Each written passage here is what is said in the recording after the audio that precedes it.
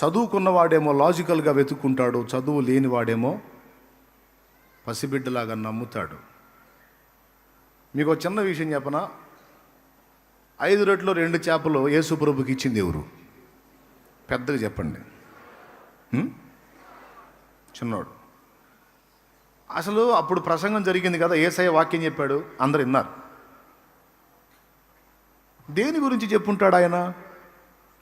విశ్వాసాన్ని గురించే చెప్పుంటాడు యేసయ్య. అంతకుమించి ఏం చెబుతాడు? పరలోక రాజ్యం సమీపించింది, దేవుని రాజ్యం వచ్చేస్తుంది, మారు మనసు పొంది సువార్తను నమ్మండి, దేవుని యందు విశ్వాసం ఉంచండి అని ఖచ్చితంగా విశ్వాసాన్ని గురించి మాట్లాడుంటాడు. వేలాది మంది అక్కడ ఉన్నారు, అందరూ విన్నారు. నాకు ఒక మాట చెప్పండి, మీరు పసిబిడ్డ దగ్గర 5 రొట్టెలు 2 చేపలు ఉన్నప్పుడు కనీసం మిగిలిన వాళ్ళ దగ్గర కనీసం కొద్దిగా ఉండదా? పెద్దగా చెప్పాలి. కొద్ది గొప్పన ఉండవా వాళ్ళ దగ్గర? దాదాపు పురుషులే 5,000 మంది అంటే స్త్రీలు ఇంకా అంత వేసుకోండి, పిల్లలు ఇంకా అంత వేసుకోండి, కనీసం 12 నుంచి 15,000 మంది అక్కడ గుంపు. ఓకేనా? సరే, వాళ్ళు ఉన్నారో లేదో రాయబడలేదు, 5,000 పురుషులే అన్నారు అనుకో, అది పురుషులందరూ గ్యాదర్ అయినటువంటి కూటం అనుకుందాం, 5,000 మంది జెంట్సే అనుకుందాం. పిల్లోడి దగ్గర 5 రొట్టెలు 2 చేపలు ఉన్నప్పుడు మిగిలిన వాళ్ళ దగ్గర కనీసం 1 రొట్టెన్నా ఉండదా? 2 రొట్టెలన్నా ఉండవా? 4 చేపలన్నా ఉండవా? మీకు దండం పెడతా చెప్పండి. డౌట్ లేదుగా? మరి ఉంటే యేసు ప్రభు ఇచ్చిన పిలుపుకి పిల్లవాడు కదిలాడు, కానీ అంతమంది పెద్దోళ్ళు ఉండి ఒకడన్నా నా దగ్గర ఈ 4 చేపలు ఉన్నాయని రాలేదేందండి? నా దగ్గర ఈ 2 చేపలు ఉన్నాయి, లేకపోతే ఈ 2 రొట్టెలు ఉన్నాయని రాలేదేంది? ఎస్, వాళ్ళు ఏమనుకున్నారు చెప్పనా? వాళ్ళ దగ్గర కనీసం 1 చేప అన్నా 1 రొట్టె అన్నా ఉండొచ్చు. కానీ వాళ్ళు ఏమనుకున్నారు తెలుసా? లాజికల్గా ఆలోచించారు. ఆంధ్రేయ ఆలోచిస్తాడు చూడు, అట్లా ఇంతమంది సమూహం ఉన్నారు, నా బొట్టలోనేమో 4 రొట్టెలు 8 చేపలు ఉన్నాయి, కానీ ఇంతమందికి సరిపో. ఆయన ఏదో పిలుస్తున్నాడులే, కానీ ఇవన్నీ ఏమోలు కొత్త ఇంతమందికి సరిపోలే అనుకుని ఆ బొట్ట ఓపెన్ చేసి కూడా మళ్ళీ బొట్ట మీద మూత పెట్టేసుకున్నారు. ఖచ్చితంగా అదే జరిగి ఉండాలి. లేకపోతే చిన్నోడు గదిలినప్పుడు అందరూ గదిలి రావాలిగా. అసలు చిన్నోడి కంటే ముందు అప్పటిదాకా వాక్యం విన్న పెద్దోళ్ళు కదలాలి కదా, కదల్లా. కారణం లాజిక్. ఇంతమంది ఉన్నారు, ఇంతమందికి నా దగ్గర ఉన్న 4 చేపలు 8 రొట్టెలు ఏ మూలక అనుకున్నారు. కానీ వాక్యం విన్న పెద్దోళ్ళే కాదు, వాక్యం విన్న పిల్లోడు కూడా ఉన్నాడు. ఆ వాక్యం విన్నంతసేపు వాడు జాగ్రత్తగా విన్నాడు, తిండి తిప్పలు మానుకొని కూడా విన్నాడు. వాడికి చాలా నచ్చినాయి యేసయ్య మాటలో, భలే ముచ్చట అనిపించినాయి. వినటమే కాదు, పసిబిడ్డ కాదు, యేసయ్య చెప్పిన మాట చేయగల సమర్థుడని ఆయన యందు విశ్వాసం ఉంచాడు కాబట్టే వాడి దగ్గర ఉన్న 5 రొట్టెలు 2 చేపలు తీసుకొచ్చి ఆంధ్రేయకు చూపించాడు. ఆయన ఏదో అడుగుతున్నాడు, వీళ్ళకి ఆహారం పెట్టమని, మా అమ్మ నాకు ఇచ్చింది, వచ్చేటప్పుడు తీసుకెళ్ళి తినరా అని. నేను ఆయన మాటల్లో పడి తినలేదు, తిందామని ఆ బుట్ట దగ్గరికి పోయాను. ఆయన పిలిచాడు, మీ దగ్గర ఆహారం ఉందా అని. మరి నా దగ్గర ఇవి ఉన్నాయి, ఆయనకి ఇస్తే పెడతాడుగా అందరికీ అన్నాడు. అప్పుడు ఆంధ్రే ఏమని ఉంటాడు? ఒరే పిల్లోడురా, నీకు తెలియదు ఏం లేదు, ఏ కొద్ది జనం అనుకుంటున్నావు ఏందిరా? ఈ 5 రొట్టెలు 2 చేపలు నీకు ఇచ్చిందిరా మేమ్మ, నీకే జాలవి, ఇంతమందికి ఎట సరిపోతారా అని ఉంటాడు ముందు. వాళ్ళిద్దరి సంభాషణ నేను విన్నాడు. ఏమిటి అక్కడ అన్నాడు, ప్రభువా ఏం లేదులే, కానీ అడిగావు కదా ఏమైనా ఉందా అని, వీడి దగ్గర 5 రొట్టెలు 2 చేపలు ఉన్నాయి, కానీ ఇంతమంది సమూహానికి ఇవి ఏమాత్రం అని అన్నాడు. దా అన్నాడు యేసయ్య. చిన్నోడు ఆ బుట్ట తీసుకొని వచ్చాడు. మా అమ్మ ఇచ్చింది యేసయ్య 5 రొట్టెలు 2 చేపలు.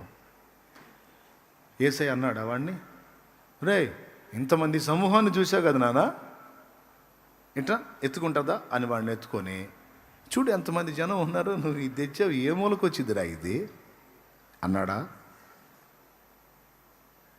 ఇంతమందిలో విశ్వాసము గలవాడు ఎవడని చూస్తే ఆ చిన్నోడు వచ్చాడు బయటికి. అందరి దగ్గర ఉన్నాయి కానీ తెచ్చి ముందు పెట్టలే ఆయన ముందు.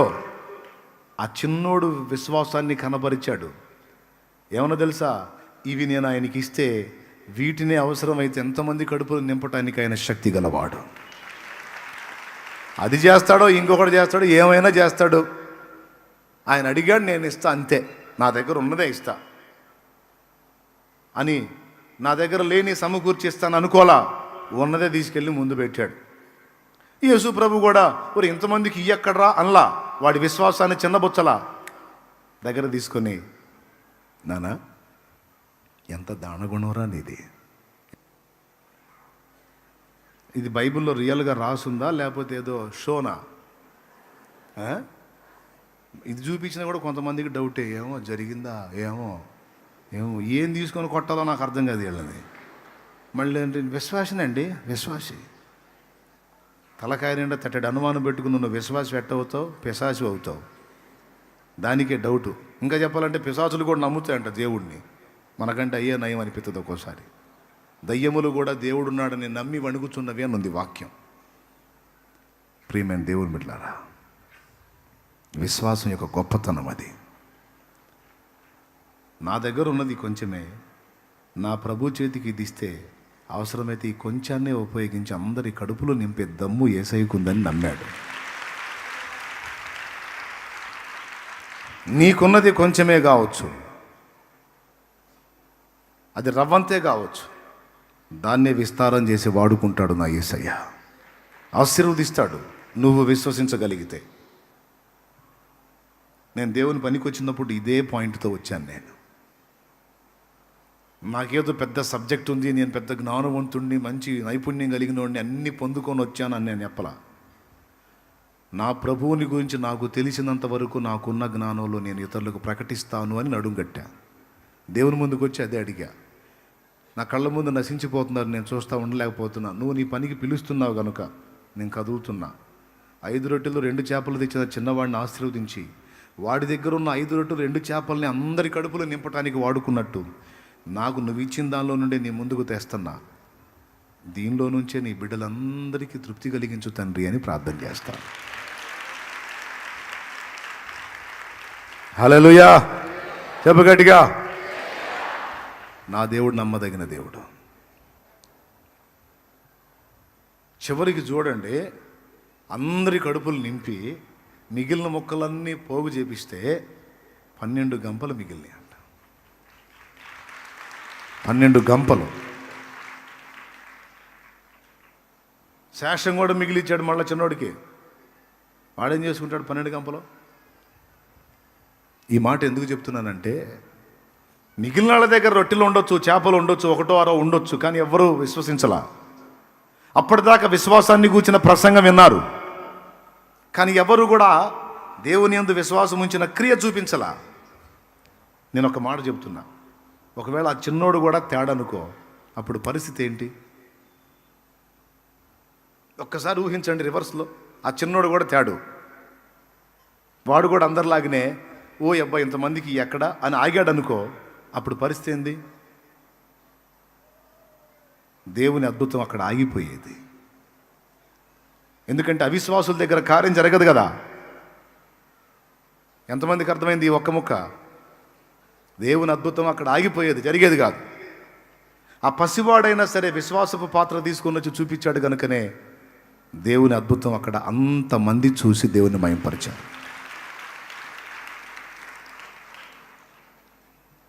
కాబట్టి నేను అందుకే చెబుతాను, చదువుకున్న జ్ఞానవంతుల కంటే చదువు లేనటువంటి మొరట మనుషుల దగ్గర దేవుని కార్యాలు చూస్తాం, పసి బిడ్డల దగ్గర కూడా దేవుని కార్యాలు చూస్తాం. వాళ్ళు ఖచ్చితంగా చెప్తారు తెలుసా, మమ్మీ ఎందుకు మమ్మీ ఏడుస్తున్నావు, రా ప్రార్థన చేద్దాందా, ఏసై చేస్తాడు అంటాడు వాడు. ఊరుకోరా, ఏసై చేసేది లేదు ఏం లేదు, ఊరుకోరా అంటే, ఏంటి మమ్మీ శాలేమన్ ఏం చెప్పాడు, మమ్మీ ఏం చెప్పాడు శాలేమన్, ప్రార్థన చేస్తే ఏసై చేస్తాడు రా నువ్వు అంటాడు. ఏవా అంటది. ఏమో ఇద్దరులు ఎవరు సోదరుళ్ళు? ఏమేమంటుంది? ఏపా సోది ఏంటో జరిగేది, ఆయన చెప్పాడు ఇది చెబుతాడు అంటుంది. వాడు ఆశ్చర్యం, అన్నేమో అట్ట చెబుతాడు, మా అమ్మేమో ఇట్ట అంటుంది. ఎవరిని నమ్మాలో ఏమని వాడు అయోమయంలో పడతాడు. స్తోత్రం, హల్లెలూయా. సిగ్గు తెచ్చుకోవాలా, పెద్దోళ్ళైన వాళ్ళు సిగ్గు తెచ్చుకోవాలా. వాడు పసిబిడ్డ, వాడు నమ్ముతున్నాడు. మమ్మీ నాన్నకి సమస్య వచ్చింది, ప్రార్థన చేయమన్నాడు కదా, చాలేమన్నా విశ్వాసంతో ప్రార్థన చేయమన్నాడు కదా, స్వస్థత వచ్చింది అన్నాడు కదా, రామ మీ ప్రార్థన చేద్దాం. పసిబిడ్డ విశ్వాసం. మీరు నమ్మండి నమ్మకండి, నా సొంత మేనకోడల జీవితంలో జరిగింది. వాళ్ళకు ఒక పాప, భార్యాభర్త ఇద్దరు కొన్ని కారణాలను బట్టి విడిపోయారు. విడాకులు కూడా అయిపోయినాయి. ఆ చిన్న బిడ్డ కొన్ని 7 ఏళ్ళు అయింది, 7 సంవత్సరాలు అయిపోయింది వాళ్ళు డివైడ్ అయ్యి. ఆ బుడ్డది పసిబిడ్డ ఉన్నప్పుడు విడిపోయారు. దానికి 7 సంవత్సరాలు దాటినాయి. మరి 7 ఏళ్ళు అంటే మరి వాళ్ళ లైఫ్లు బాగుండాలి కదా, తల్లిదండ్రుల చింత. మరి ఆ పిల్ల జీవితం ఏంది మరి అన్నట్లుగా ఆలోచించి నన్ను కదిలిచ్చారు. మరి అమ్మాయికి మరి విడాకులు అయిపోయినాయి కదా, అమ్మాయి లైఫ్ ఏంది, వాళ్ళ కుమార్తె మా నోరాల సంగతి. నేను దాని దగ్గరికి పిలిచా, బుడ్డదాన్ని, వాళ్ళ అమ్మని కాదు కూతుర్ని పిలిచా. దగ్గరికి తీసుకొని, అమ్మా మీ నాన్న మిమ్మల్ని వదిలేశాడు, 7 సంవత్సరాలు అయిపోయింది, మిమ్మ ఒంటరిగతిగా ఉంది, నువ్వు పసిబిడ్డవి. మరి మిమ్మ జీవితం ఏంటమ్మా, మరి ఏదన్నా ఆలోచన చేద్దామా అన్నా. అంటే నేను ఇష్టపడి కాదు, దాని మైండ్ తెలుసుకోవాలని అడిగాను. నిజంగా దేవుడే దీనికి సాక్షి. అయితే ఆ చిన్నది నా దగ్గరికి వచ్చి కన్నీళ్లతో అన్నది, మేనగోడలు కూతురు అంటే నేను దానికి తాతనే, అక్క కూతురు అన్నమాట. తాతయ్య మా డాడీ వస్తాడు తాతయ్య అంది.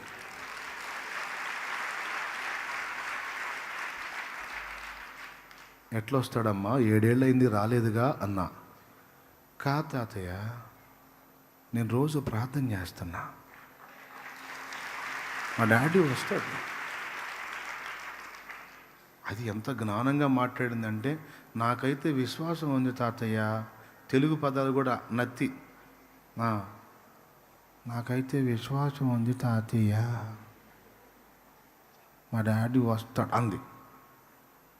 ఇక నేను ఫ్యామిలీకి వెళ్ళి చూశా. దాన్ని దగ్గరకు తీసుకొని కన్నీళ్లతో, యేసయ్యా ఈ చిన్నదాని విశ్వాసాన్ని నువ్వు సిగ్గుపరచవు. ఈ పసిబిడ్డ వీసుమంతా కూడా లాజిక్ పట్టించుకోకుండా, వీసుమంతా కూడా అనుమానం లేకుండా ఇది పలికిన ఈ మాట నువ్వు విన్నావు, నీ సన్నిధిలో వినబడింది. యేసు నామములో ఇదే జరుగునుగాక అని దాన్ని ముద్దు పెట్టుకొని ఇక ఆ ప్రస్తావన ఇక ఎత్తల. అనతి కాలంలోనే మరి ఆ బిడ్డతో దేవుడు మాట్లాడాడు. ఆ పిల్ల తండ్రితో తను కదిలించబడి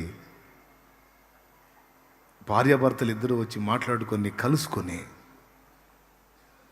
ఇప్పుడు ఏం జరిగిందో తెలుసా, ఆయన మారు మనసు పొంది బాప్తిస్మం పొంది నా దగ్గర పరిచారకుడు అయ్యాడు. ఆయన నాకు సహకారిగా మారాడు. అంతేకాదు ఇది ఇంకో పని కూడా చేసింది. ఈ పుట్టది తల్లిదండ్రిని కలపమని ప్రార్థన చేసింది.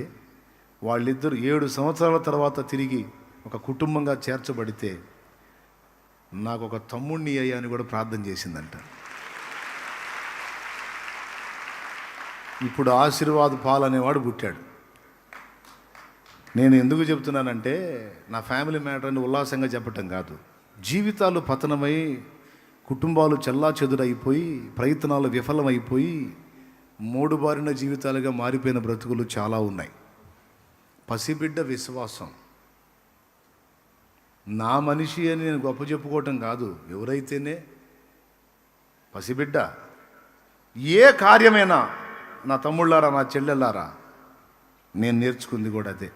నాకు అసాధ్యమే కానీ నా దేవునికి అసాధ్యమైంది ఏది లేదు.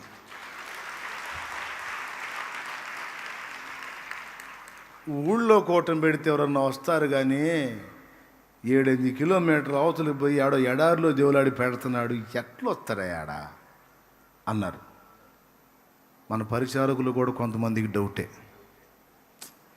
అన్న చర్చి దగ్గర పొలాల్లో అయితే బాగుంటుంది కానీ ఇంత దూరం ఏందో అనుకుంటేనే పరిచర్య చేశారు.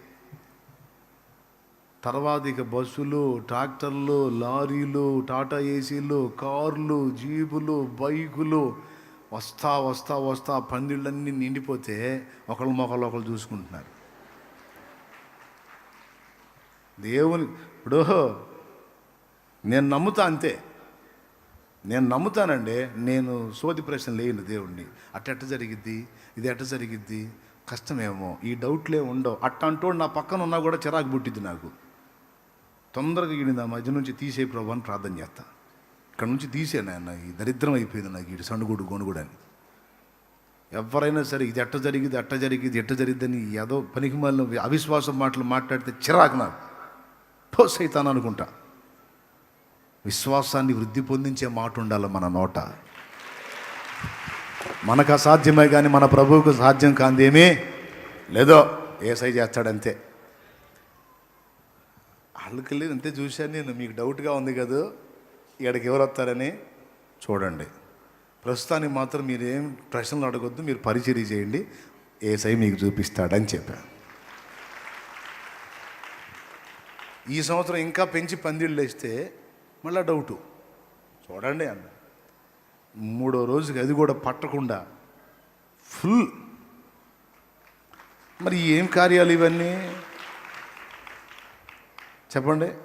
ఓ రాజకీయ నాయకుడు అంత మీటింగ్ పెట్టాలంటే కోట్లు ఖర్చు పెట్టాల.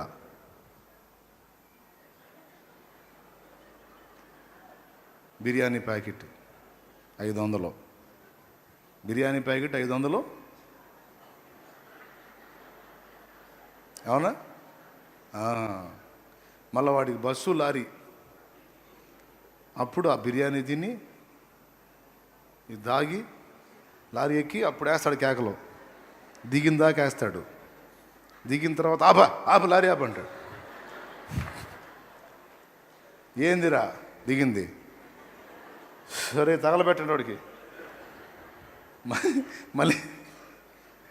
మళ్ళీ కత్తి ఆపండి, ఏందిరండి ఆకలి అవుతుందంటే. నేనేం బిర్యానీ ఇచ్చానా? నేనేమన్నా ఎడారులోకి పరిగెత్తారు యేసు నామములో. హల్లెలూయా, హల్లెలూయా. ఆయన చేసే కార్యాలు ఆయన మాట్లాడితే జరిగిద్ది. ఈరోజు ఇంతమంది గ్యాదర్, మీ ఇంటికి వచ్చి నేను ఏమైనా పిలిచానా? మరి ఎందుకంటే హడావుడికి పరిగెత్తారు? ఆయన మాట్లాడాడు. నేను విశ్వాసంతో ప్రార్థన చేస్తా. ఈరోజు ఎవరితో మాట్లాడాలో, ఎవరిని కలుసుకోవాలో నువ్వే దర్శించు, తీసుకుంటా. నేను ప్రార్థించిన ఒక్కోసారి ప్రార్థన కూడా చేయకుండా అడ్డం పడతా. ఆయన నా బిడ్డలు ప్రార్థన చేస్తారు. వారి ప్రార్థన, నా ప్రార్థన, మీ ప్రార్థన ప్రతి ఆదివారం, శుక్రవారం విస్తారమైన ఆత్మలో. ప్రతి కార్యం అంతే.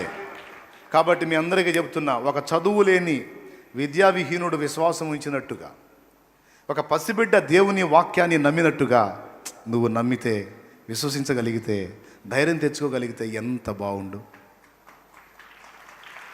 నువ్వు దేవుని అలానే నమ్మగలిగితే ఎన్ని కార్యాలు చూస్తావు నువ్వు. కాబట్టి అనుమానాలు తీసేయి. చెప్పు, ఏం మందు? యేసు రక్తం మందు. చెప్పు, ఏం చెప్పింది? ఏం కొట్టాము ముసలమ్మ? యేసు రక్తం మందు అండి. దేవునికి మహిమ. చూడటానికి విశ్వాసం వెర్రిచర్యలాగా ఉంటుంది, కానీ చివరికి విశ్వాసం వెర్రిచర్య అన్నవాడు వెర్రోడైపోతాడు. అంతే.